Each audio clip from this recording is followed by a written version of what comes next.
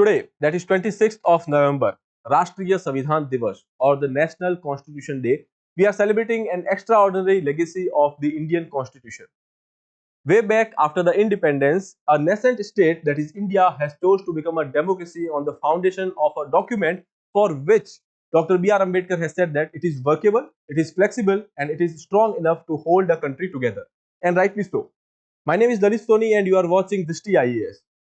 On the occasion of Constitution Day, we have made two videos. One is dealing with the features of the Constitution, characteristics of the Constitution, and how it came into picture.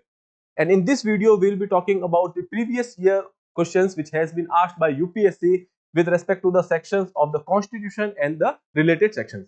So let's start our discussion. First, we will see from which sections question has been asked earlier. So when we are talking about the Constitution, questions has been asked from the Constitution, fundamental rights, DPSP, fundamental duties, and preamble. We will be going through various questions one by one. So let's start our discussion. First question is here. So consider the following statement in respect of the Constitution Day. Statement 1 is the Constitution Day is celebrated on 26th November every year to promote constitutional values among citizens. Second statement is on 26th November 1949, the Constituent Assembly of India set up a drafting committee under the chairmanship of Dr. B.R. Ambedkar to prepare a draft Constitution of India.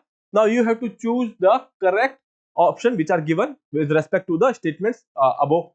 Now looking at the statement 1, the Constitution Day is celebrated on 26th November every year, which we are celebrating today. So that is basically true. Coming to the next one, that is on 26th of November 1949, Constituent Assembly of India set up a drafting committee. Now this drafting committee was set up in August 1947. So we can say that that was not the time, or you can say this is not the day on which you can say the drafting committee was set up. So this statement is incorrect. When we are talking about the 26th November 1949, this was the day on which we have given ourselves the Constitution. Okay, so we have actually adopted the Constitution. Okay, so we can say option C is the correct answer because statement 1 is correct and statement 2 is incorrect over here. Moving further, here you can say Samvidhan Divas, that is celebrated on 26th November every year. Recently, Ministry of Social Justice and Empowerment on 19th November 2015, they have actually came up with a notification wherein they have taken a decision to celebrate 26th day of November every year as a Constitution Day to promote the constitutional values among the citizens. Okay. After that, when we are talking about the drafting committee, that was actually set up on August 29, 1947. Okay. So that is why we have seen the answer. Now moving further. Next question is, who was the provisional president of the Constituent Assembly before Dr. Rajendra Prasad took over? C. Rajagopalachari, Dr. B.R. Ambedkar, T.T. Krishnamachari, or Dr. Sachidanand Sinha? Option D is your right answer. Before the election of Dr. Rajendra Prasad was done, before that, Dr. Sachidanand Sinha was the provisional president of the Constituent Assembly. It is a French convention or a practice under which the oldest or the senior most member of the assembly was chosen as the president. So we have followed that convention and we have chosen Dr. Sachidanand Sinha to be the provisional you can say president, and after that you can say Rajendra Prasad was elected as the you can say formal chairperson of the Constituent Assembly. Okay, now moving further, that is the same thing which is given over here. You can go through this explanation. Now moving further, what was the exact constitutional status of India on 26 January 1950. Okay. Now 26 January 1950 is the date when we have actually seen the constitution be enforced. Okay. So we are looking for the constitutional status of India, that is a democratic republic, a sovereign democratic republic, a sovereign secular democratic republic, a sovereign socialist secular democratic republic. Okay. So option B is your right answer. But because when we are talking about the 26th January, in the preamble, it was given that India, that is a sovereign democratic republic. The words like secular and socialist, they were added later with 42nd Constitution Amendment Act 1976. Okay. So here you can see 26th January 1950, the status was sovereign democratic republic. After 42nd Constitution Amendment, it was made sovereign socialist secular democratic republic. Okay. Now moving further, as per Article 368 of the Constitution of India, Parliament may amend any provision of the Constitution by way of addition, variation, and repeal. Select the correct answer using the given code. So all these things Parliament can do under Article 368. Option D would be your right answer over here. Here you can see Article 368 Clause 1 is basically reading that notwithstanding anything in this Constitution, Parliament may, in exercise of the constituent power, amend by the way of addition, variation, or repeal any provision of this Constitution. Okay, questions has been asked on the amendability of the Constitution by the Parliament. Later on, after the 𝐾 and Bharti, it was actually made a practice that you cannot, or the Parliament cannot amend the or change the basic structure of the Constitution.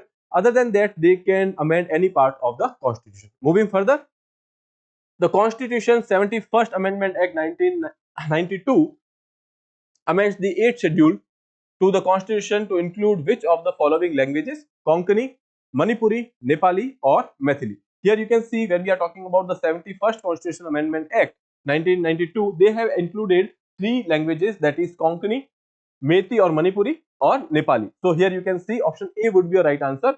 1, 2 and 3. Okay, Maithili was added later over here. You can see Bodo, Dogri, Santhali and Maithili, they were added in 2003, and now the total number of languages which are there in the 8th schedule, that is basically your 22. Okay, moving further, consider the following statement: the Constitution of India classifies the ministers into 4 ranks: Cabinet Minister, Minister of State with independent charge, Minister of State, and Deputy Ministers.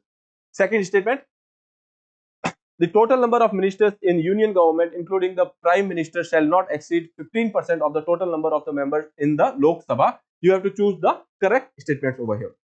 Now, looking at the first statement, when we talk about the classification of the ministers in the Council of Ministers, that is not given in the Constitution. Okay, in Constitution, this is Article 74, which is talking about the Constitution. You can say the Council of Ministers. Okay, Article 74, which is talking about Council of Ministers. You can see over here, Council of Ministers is a constitutional body. Article 74 of the Constitution provides that there shall be a Council of Ministers with Prime Minister at the head to aid and advise the President, who shall, in exercise of his function, act according to the such advice which is given by the Council of Ministers. So we know that Council of Ministers is basically a constitutional body, but it does not say how many type of ministers will be there. So statement 1 is incorrect. Now, talking about the total number of ministers, yes, that is there is a limitation that you cannot exceed the 15% of the total number of the members in the Lok Sabha. Okay, so this statement is correct. Option B would be your right answer. This is given over here. However, the classification is not mentioned in the Constitution. The classification is the central. When we are talking about this classification, that has been taken from the British Conventions. Okay, so that is given over here, British Parliamentary Conventions. Now, 91st Amendment 2003 to the Constitution introduced Article 75(1)(a), which states that the Union Council of Ministers cannot exceed more than 15% of the number of MPs in the Lok Sabha. Okay, again, it is number of members in Lok Sabha and not in the Parliament. Okay, so please keep that in mind. Moving further, in India, judicial review implies the power of judiciary to pronounce upon the constitutionality of the law and executive orders, the power of judiciary to question the wisdom of the law enacted by the legislatures, the power of judiciary to review all the legislative enactments before they are given assent by the President, the power of judiciary to review its own judgment given earlier in similar or different cases. When we are talking about option C and D, these are incorrect, because by looking at it, we know that when we are talking about the power of the court to review its own judgment, that is not basically judicial review. Now, looking at the statement 1 and 2, power of judiciary to pronounce upon the constitutionality of laws and the executive orders. Coming to the next one, power of judiciary to question the wisdom of the law enacted by the legislature. Okay, so basically it is option A, that is your answer. Sorry, option A, that is your answer, because when we are talking about the judicial review, it is the power of the judiciary to examine the constitutionality of the legislative enactment and the executive orders. If executive or the legislature, they are crossing their boundaries, okay, in that case there is a power to judicial review, and they can actually look into the constitutionality of the action which has been taken by the legislature as well as the executive. Okay, now when we are talking about the constitutional validity of the legislative enactment or the executive order, that can be challenged in High Court or Supreme Court on the following 3 grounds: that is, it infringes the fundamental rights, or you can say it violates the fundamental rights, it is outside the competence of the authority from which it was framed, then it is repugnant to the constitutional provision, or you can say it is against the constitutional provision. Now moving further, who or which of the following is the custodian of the Constitution of India? That is Supreme Court of India. You don't have to even read the options over here. We know that Supreme Court is the custodian and the guardian of the Constitution of India. Okay. Option D is your right answer. Parliamentary democracy as envisaged in the Constitution of India works at the union and state level, especially in the making of the law. There is a direct participation of the legislature and the executive. When we talk about the participation of legislature, that is basically your parliament. When we talk about the participation of executive, that is president giving the assent. Okay, president giving the assent to the bills, that is basically involvement of the executive over here. So we can say that there is involvement of the legislature as well as the executive. But if they are doing something which is against the constitution, then Supreme Court will be the guardian, or you can say custodian of the constitution. Which one of the following factors constitutes the best safeguard of the liberty in the liberal democracy? A committed judiciary, centralization of powers, elected government, or the separation of power? Now, when we are talking about the liberal democracy, or a kind of democracy wherein the liberty is being given importance, so basically here we are talking about limitations on the government. Okay. Now, limitation on the government or other organs of the government. When we are talking about the various organs, we know that there is this executive which is there. Now, when we are talking about the various organs which are there of the state, that is legislative, then you can say executive and judiciary. So, in India, we have a checks and balance. For that, we need to have a separation of power. Okay. So, basically, for a liberal democracy, separation of power is important. Now, here you can say centralization of power. That means that authority will be at the center or with the few people. Okay. So, that will lead to the, you can say, autocracy, or the authority will be concentrated. So that is not the meaning of liberal democracy. Now moving to the elected government, that does not mean, or that does not necessarily will provide a liberal democracy. Okay. For that there are two options, a committed judiciary and second is separation of power. When we talk about committed judiciary, that is ambiguous. Committed to whom? Whether to the government. If it is committed to the government, they will never speak against the government. And if to the people, then it is the right thing to do. But the thing is, it is made ambiguous and UPSC asks you to choose the most appropriate answer. So that is why separation of power is the thing wherein three you can say organs has to perform their own function and they will not interfere with the other you can say organs functions. Okay, so that is basically liberal democracy, that is separation of power. That is your answer over here. Okay, you can go through this explanation over here. Next is a constitutional government. By definition is a government by legislature, popular government, multi-party government, or the limited government. As I told you, a constitutional government, that means that a government which is run by constitution, whatever is written in the text of the constitution or letter of the spirit of the constitution, they have to work within that bound. So that means that there is some kind of limitation which has been added on the government. So a limited government is basically a constitutional government. Okay, so here you can say constitutional has variety of meanings. Most generally it is a complex of ideas, attitudes and patterns of behavior elaborating the principle that authority of the government derives from, and it is limited by the body of fundamental law. So here you can see it is limited government, or the limitation on government is basically your constitutionalism. Moving further, which one of the following statement best reflect the chief purpose of the constitution of the country? It determines the objective for making necessary law. It enables the creation of political offices and government. It defines and limits the power of government, and it secures social justice, social equality, and the social security. Okay, so option C is your right answer, because again in the last part we have seen that limited government is basically your constitutionalism. Okay, so option C would be your right answer. Same explanation is given over here. You can go through it. Now moving further, which of the following statements are correct about Constitution of India? Power of municipalities are given in part 9A of the Constitution. Emergency provisions are given in part 18 of the Constitution. Provisions related to the amendment of the Constitution are given in part 20 of the Constitution. Here all the options are correct. Okay, option D would be your right answer over here. When we are talking about the Indian Constitution, that is world's longest constitution, you can say it is world's lengthiest constitution, and it is a written constitution. When we talk about the rigidity and flexibility of the constitution, this is both rigid as well as flexible. Okay, now originally constitution had 395 articles, 22 parts and 8 schedules, and after that with time it has actually evolved, and now it is having 448 articles, 25 parts and 12 schedules. Okay, various amendments were there. When we are talking about the municipalities over here, and the part 9A was added to the 74th Constitutional Amendment Act. Okay, coming to the next one, when we are talking about the part 18, that is basically talking about the emergencies, and then when we are talking about the part 20, that is talking about the amendment, procedure of amendment of the Indian Constitution. Okay, moving further, which one of the following in Indian polity is an essential feature that indicates that it is federal in character? The independence of judiciary is safeguarded. The union legislature has elected representatives from the constituent units. The union cabinet have elected representatives from the regional parties. The fundamental rights are enforceable by court of law. Now, when we are talking about the federal characteristics, there are few characteristics which are there, and out of these four options, option A is your right answer, which is talking about the independence of the judiciary. Okay, so that is the federal feature. Now, when we are talking about the other federal features, you know that there are two governments, one is at center, other is at the constituent units. So that is one thing. Here you can see, when we are talking about the usual features of the federalism, we have two governments, division of power, which is there, written constitution. Indian constitution is a written constitution. Supremacy of the constitution, rigidity of the constitution, independent judiciary, and bicameralism. All these things are there in the Indian constitution. Okay, now moving further. Acha, one more thing, when we are talking about the nature of the constitution of India, whether it is, you can say, unitary or federal. Okay, or federal. So when you look at the article 1, that is saying that India, that is union of a state. Okay, sorry, union of states.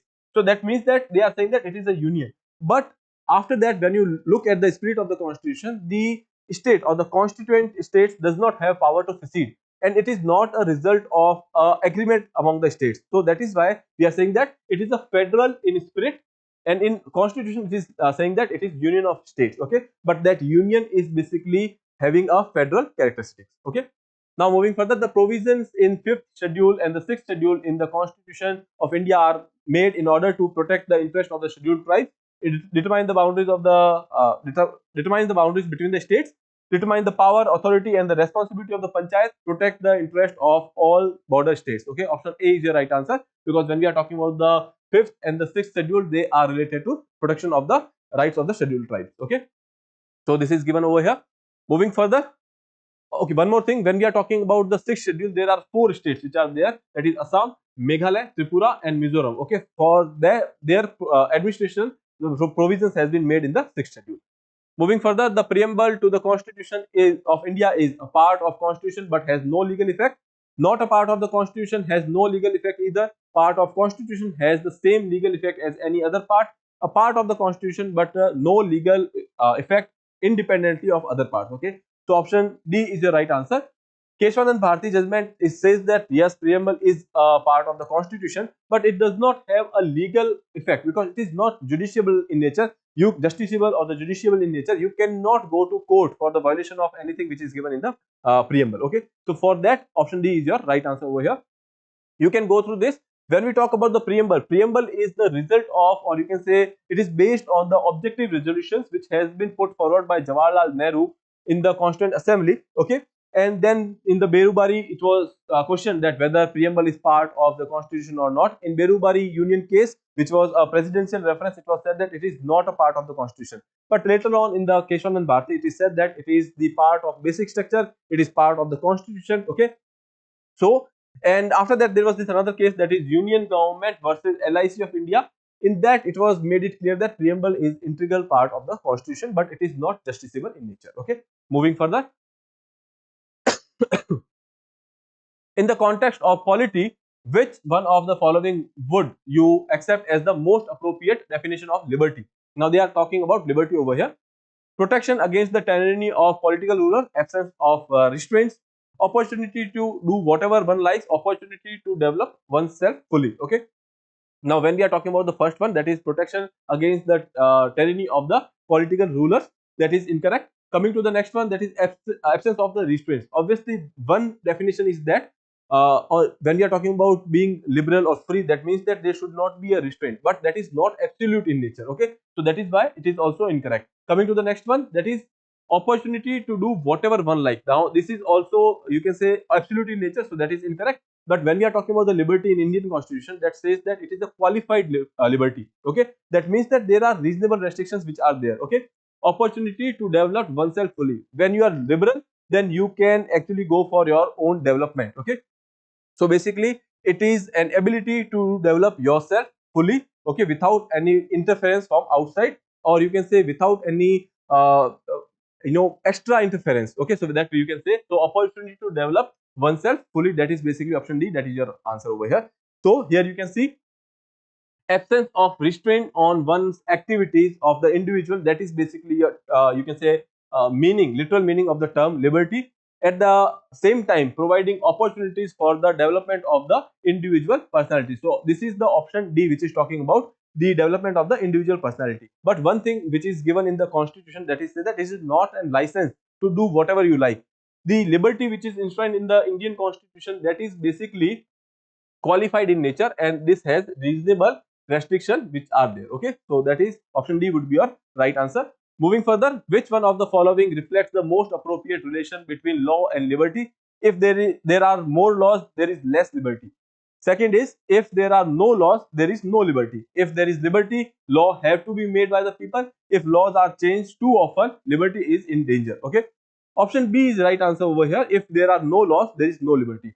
That means that if there is no law to restrict the irrational tasks which are done by a person, or you can say if someone is going for a murder, okay, just because he is having the liberty to do it, that means that it is harming the others liberty. Okay, liberty in true sense will be enjoyed when all of these people are enjoying the liberty and developing themselves. Okay, so that is why, to make sure that no one is going for murder or any kind of other things which is harming the liberty of others, that means that there should be law. So that is why if there is no law, there is no liberty. To enjoy the liberty in true sense, you need to have a law. Okay, so that is option B is your right answer. So you can go through this. Now moving further, one of the implication of equality in society is the absence of privileges, restraints, competition and ideology. They are talking about the equality. Equality means that there should be no favors, there should be no privileges. Okay, so option A would be your right answer. That is enshrined in Article 14 of our Constitution. Okay, here you can see the term equality means the absence of special privilege to any section of the society. Okay, now moving further, the mind of the makers of the Constitution of India is reflected in which of the following? Preamble, fundamental rights, directive principle of the state policy and the fundamental duties. Simple, it is option A, which is your right answer over here. In Berubari Union, when as I told you that it was asked that whether preamble is the part of the constitution or not in the Berubari Union, the Supreme Court said that the preamble shows the general purpose behind the several provisions in the constitution, and thus it is a key to minds of the makers of the constitution. Okay, so option A is your right answer. Now, which one of the following objective is not embodied in the preamble of the Constitution of India? Liberty of thought, economic liberty, liberty of expression and liberty of belief. When you are talking about the preamble, liberty of thought, expression and belief is given. Economic liberty is not mentioned over here. Here you can see the preamble secure to all citizens of India liberty of thought, expression, belief, faith and worship through fundamental rights enforceable in the part 3 in the court of law. When we are talking about the part 3 of the Indian Constitution, these are fundamental rights which are given over here. The ideas of liberty, equality, fraternity has been taken from the French Revolution. In the essence, what does the due process mean? The principle of natural justice, the procedure established by law, fair application of law, equality before law. So option A is the right answer. That is basically principle of natural justice. Principle of natural justice is saying that you should give a fair chance to the another party to present their case. Okay, so basically considering that, the principle of natural justice is the answer to due process of law. Due process of law is a principle that makes sure that the procedure used to make a law is free from the arbitrariness or the irrationality. Okay, that means that in the process there was some kind of rationality which is there. It is not arbitrary or irrational. Natural justice is an expression of the Indian common law and involves a procedural requirement of fairness. Okay, now when we are talking about the fairness, one important principle is there, that is basically your odi alteram partem. Okay, so that is basically giving you an idea that rule of fair hearing. That means that another party should also be given a fair chance to put forward their case. Okay, to remove the arbitrariness, the Supreme Court of the India recognized the principle of due process of law in the Menka Gandhi case. This is important for you to remember. Moving further, what is the position of right to property in India? It is a legal right available to citizens only, legal right available to any person, fundamental right available to citizens only, neither fundamental right or non-legal right. When we are talking about the right to property, that was earlier a fundamental right, then it was actually removed from the fundamental rights and it was made a legal right. Okay, it is a legal right which is available to any person. Okay, option B would be a right answer. Article 300A is talking about right to property. Here it is saying that the no person shall be deprived of the property saved by the authority of law. Okay, so that means that no person, this is not mentioning that no citizen, so that is why it is applicable to all people. Moving further, under the Indian Constitution, concentration of wealth violates the right to equality, directive principle of state policy, right to freedom, or concept of welfare. Okay, so option B would be a right answer here.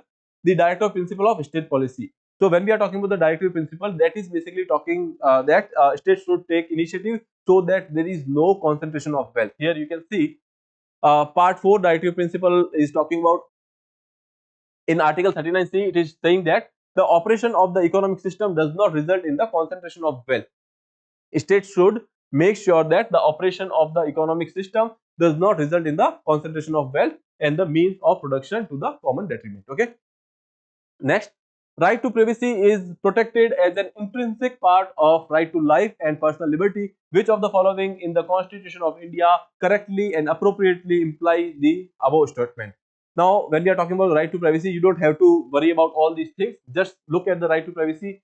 It is under right to life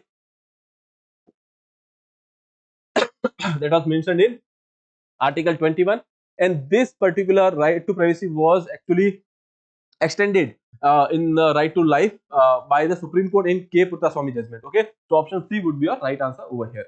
So in K.S. Puttaswamy judgment versus Union of India in 2017, they have extended Article 21 to include right to privacy in right to life with dignity. Okay, moving further, which of the following are regarded as the main features of the rule of law? Limitation of powers, equality before law, people's responsibility to the government, and liberty and civil rights. Okay, so when we are talking about the people's responsibility to the government, that is not basically a part of your rule of law, that is related to the parliamentary democracy. Okay, so it is not related to rule of law. So option 1, 2 and 4 would be your right answer. So here option C would be your right answer. Okay, you can go through this. Other than that, one more important concept which is there, that is Dicey's concept of rule of law. Okay, when we talk about the rule of law, that means that there are certain things, or you can say state should follow the rule of law. Okay, and there are certain features which are there. Supremacy of law should be there, equality before the law, and predominance of the legal spirit. Okay, so these are the component of rule of law as per the Dicey's concept. Okay, and India, it is different. Okay, now moving further, consider the following statement with reference to the Constitution of India. Directive principle of state policy constitute limitations upon legislative function and the executive function. Which of the above statement is or are correct? Now they are talking that with reference to the Constitution of India, directive principle of the state policy constitute limitations upon. Okay, so on which they are having the limitations? These are not having any kind of limitation. These are basically guidelines to the state. Okay, so option D would be a right answer, because these are not limitations on legislative function or executive function. These are just guidelines to the states. Okay, state can follow it, but in certain cases state had not. Okay, so that is why we can say the option D is your right answer. Directive principle of state policies cannot act as a constraint or limitation on the government, because they are not enforceable and they are fundamental to the governance of the country. Okay, moving further, in the context of India, which of the following is the correct relation between rights and duties?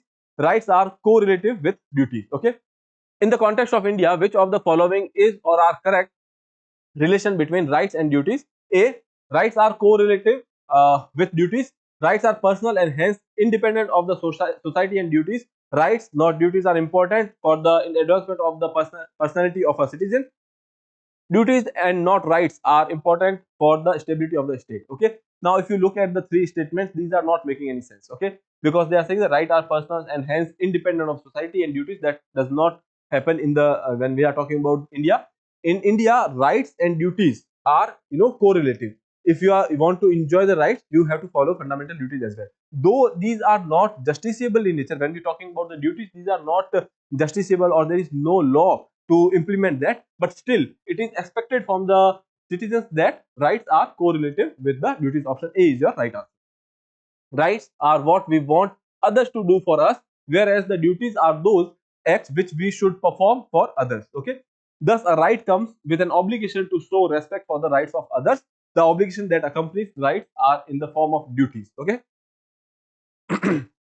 Which of the following statements is or are true of the fundamental duties of an Indian citizen? A legislative process has been provided to enforce these duties. As I told you, there is no such process which is there to implement the duties. They are correlative to the legal duties. There is no legal duties. Okay, these are the fundamental duties which are given in the, you can say, constitution, but there are no legal duties. So that is also incorrect. So option D would be your right answer. Let's move further. We have already talked about this, so you can go through this slide. Now, right to vote and to be elected in India is a fundamental right, natural right, constitutional right, or a legal right. When you talk about right to vote, it is a constitutional right. Okay, so here you can see Article 326 of the Constitution provides for the right to vote and to be elected in India. So that is why we are saying that right to contest elections and right to vote, right to be elected in India, these are basically your constitutional rights. Okay. Right to privacy is protected under which article of the Constitution of India? We have already discussed, that is Article 21. Now moving further, next one. In India, separation of judiciary from the executive is enjoined by the preamble of the Constitution, a directive principle of state policy, 7th schedule, or the conventional practices. Option B is your right answer, that is Article 50 basically. Okay, so here you can say directive principle of the state policy under Article 50, they talk about the separation of power. Which one of the following category of the fundamental rights incorporate protection against the touchability as form of discrimination? Okay, they are saying that is protection against the untouchability, that is promoting right to equality, that is under Article 18, 17, 18, and when we are talking about the right to equality, that is basically 14 to 18. Okay, so that is what they have been asking. Option D would be a right answer, that is right to equality. Okay, so Article 14 to 18. Article 14 is saying that all citizens enjoy equal privileges and opportunities. Article 15 is talking about the state shall not discriminate against any citizen on grounds only of religion, race, caste, sex, or place of birth. When we talk about the untouchability, Article 17 is talking about that. Okay. The ideal of welfare state in Indian Constitution is enshrined in preamble, directive principle of state policy, fundamental rights, and 7th schedule. So option B would be your right answer. That is basically talking about the welfare state. Okay, directive principle of state policy, part 4, article 36 to 51. To uphold and protect the sovereignty, unity, and integrity of India is a provision made in preamble of the Constitution, directive principle of state policy, fundamental rights, and fundamental duties. So option D would be your right answer. That is a factual thing. So that is mentioned in Article 51A of the Constitution. It is given over here that Article 51A, fundamental duties were added through your 42nd Constitution Amendment Act. Fundamental duties were added into Constitution on the recommendation of the Swaran Singh Committee. You can remember that. Originally there were 10 duties and recently one was added in 2002, and that is making your total fundamental duties as 11 duties. Okay. Consider the following statement regarding the directive principle of state policy. The principle spell out the economic, socio-economic democracy of the country. The provisions contained in these principles are not enforceable by any court. Okay, so basically when we are talking about the first one, that principle spell out the socio-economic democracy, that is correct. When we talk about the socio-political, that is your fundamental rights and fundamental duties. Coming to the next one, provision contained in these principles are not enforceable by any court. Obviously DPSPs are not enforceable on its own. You need to have a law. Okay, so both the statements are correct over here. Option C would be your right answer. You can go through this. You can go through the explanation over here, which I have already explained. With that, I would like to conclude the session over here. If you have not subscribed the channel, please subscribe it. Have a nice day. Thank you. For more informative content, like, share and subscribe, and do not forget to press the bell icon to get the notifications.